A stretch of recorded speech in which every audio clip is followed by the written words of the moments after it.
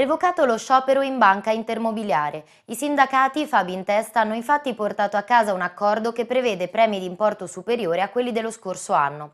Così anche in BIM, Sinfonia SGR e BIM Fiduciaria, aziende del gruppo Veneto Banca, entro il 31 dicembre 2014 verrà erogato il VAP.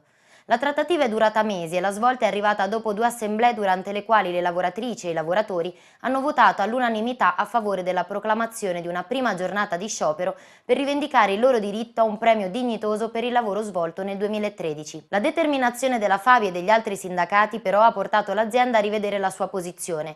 I lavoratori ora potranno optare per un premio cash parametrato in base all'inquadramento o per un versamento di importo leggermente maggiore a favore del fondo pensione.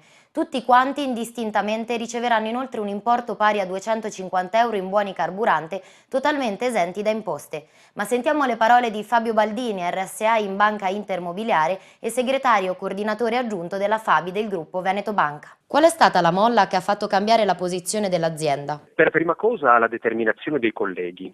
Per BIM il fatto di aver indetto uno sciopero è un evento storico che non era mai accaduto prima d'ora. Questo evento straordinario è sicuramente la prova che i tempi sono cambiati e che l'azienda è cambiata. Infatti il sempre crescente numero di iscritti al sindacato è la prova che i colleghi hanno capito che in azienda un sindacato forte ha più forza contrattuale.